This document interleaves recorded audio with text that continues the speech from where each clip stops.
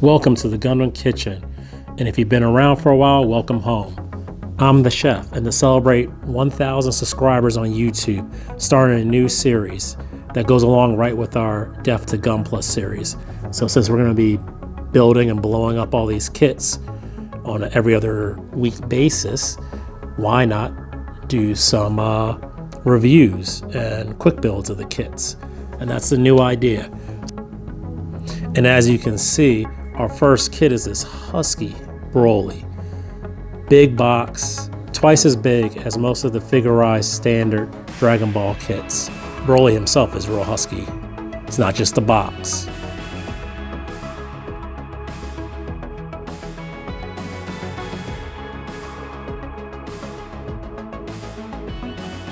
This is actually my first Figure-riseStandard kit, mostly because I love mecha and vehicles more. So I never really thought about doing one of the human type Figure-rise. And I actually wonder why people would be into the human type figures, especially since the price point falls between a toy figure and a more high-end figure like a SH Figuarts. But what I quickly realized that it's just fun. This is a fun kit to build, easy to build, builds like a high grade. And you know, you spend an hour, 2 hours building something, you still have the same amount of fun building something as a Gundam. And if you're not into Gundam, why not build another great IP like Dragon Ball?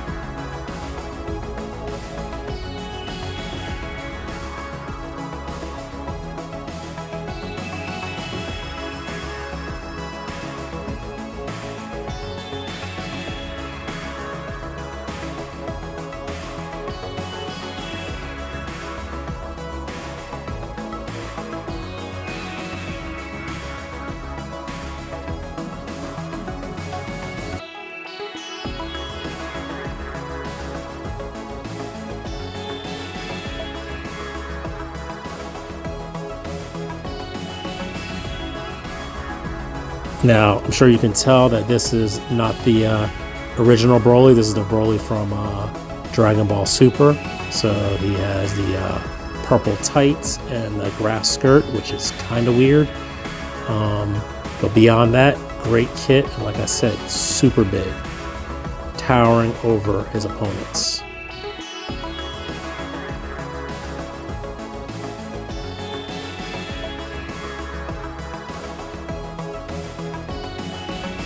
Kit has some very clever parts placement, and in other places there were some seams that I wish they could have done without. And I have seen a lot of people bring in their Figure-riseStandards that have more clothing, especially in the upper body, and the joints weren't as noticeable. So I think the lack of clothing and the tight tights make the joints very apparent on the Broly. If he had like gi and some baggy pants, or like Cell has the ridges where his knees and elbows are, or Frieza, who has that transition between his armor and his body. Those make it a lot easier to disguise where the joints are. You see a lot of those joints and a lot of the separations once you start moving things around.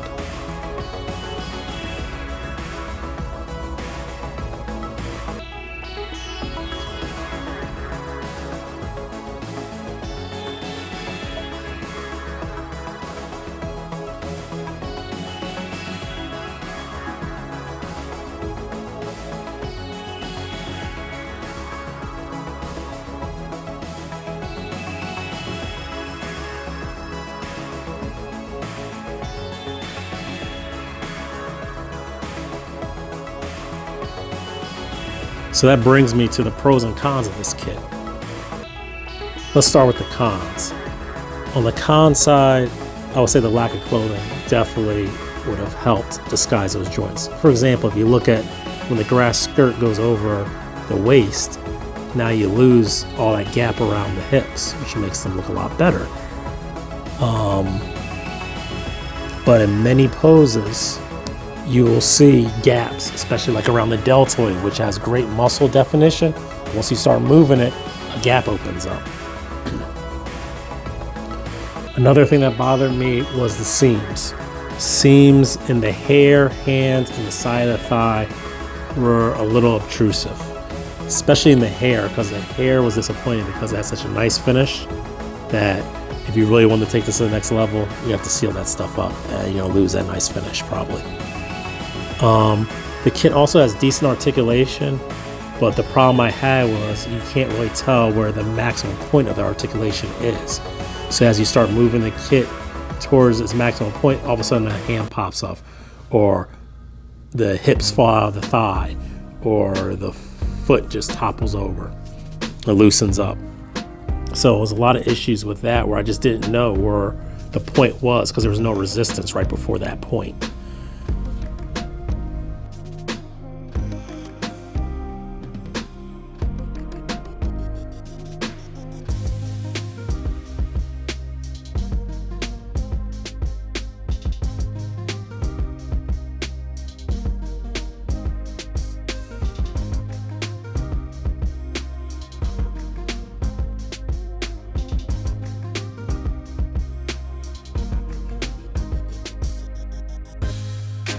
The pros of the kit are the finish of the skin, which was like a satin finish, and the hair, which had that really nice neon green, semi-translucent type of thing going on, which I really liked. Also, that muscle definition, like I spoke about, there's all kinds of cuts and definition, and then he also has like scars and stuff like that. So a lot of definition on a plastic model kit of a human that I was really surprised with. There's all types of rips in this dude. This dude's ripped, jacked. So you get to build all that in different layers, and it has a lot of good part separation. And it is prime for minimally taking like the Real Touch marker in brown or that like tannish orangey color they have, and using that to do some shading. But even better, hit that thing with some pre-shade and then airbrush it all. Be really nice. And then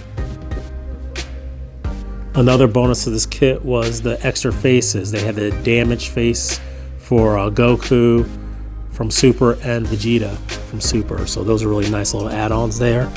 So you can have them all beat up, have Broly kicking their asses, and be a nice little diorama or two figures battling it out type of thing. It is huge. Broly stands about 10 inches tall. I gotta say, he's mostly legs, which is kind of funny, but I guess it's just the animation style of it, superhero style looking thing where you got long, tall legs, but he's all legs.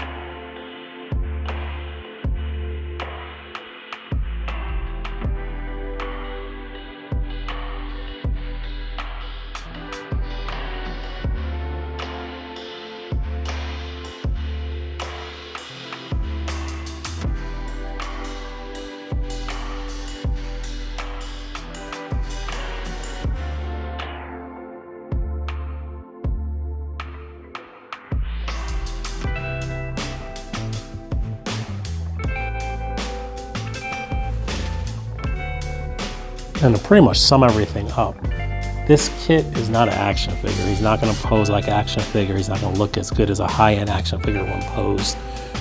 But what it is, it's a lot of fun to build. And it's easy to build. The flow is really good on the runners. Everything is like pretty well laid out where you expect matching parts are right next to each other. Now what I would do with it, what I am going to do with it, is I'm most likely going to use this in a kit bash, and you will see that coming pretty soon on the next Death to Gunpla, hopefully. But if I wasn't using it for a kit bash, what I probably would do is find a pose and then pretty much make him into a statue. I'd fix him in that pose with some epoxy, covering up all the gaps and blending them together so that he just looks like a seamless statue. Then prime him and do a lot of pre-shading and really try to bring out the detail that's already in the kit. So I think that's the move for me. Another idea would be to try to do cell shading with them too.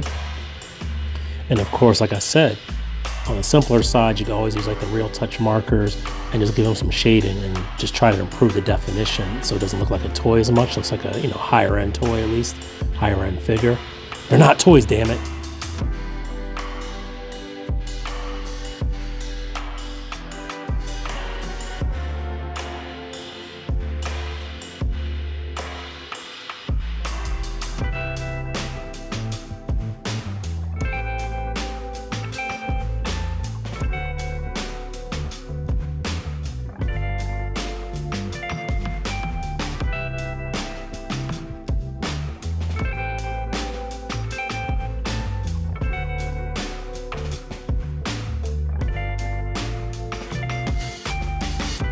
But yeah, that's all I got for you guys. Hope you enjoyed it. Definitely subscribe, like, and follow. We're on Instagram and Facebook. We have the GundamKitchen.live webpage and the GundamKitchen.com webpage. GundamKitchen.com is a blog. Gundam Kitchen Live is where you can find about our live information, see some of our videos, buy merch. You can participate in the lives. You can bid on how you want to see these Gundams get destroyed, or then go to eBay and try to buy them if you would like them, if you like some of the stuff. So far it's going great, so hope to see you on our next live, and keep a lookout for all the great videos coming from the Gundam Kitchen. All right, talk to you later. Peace.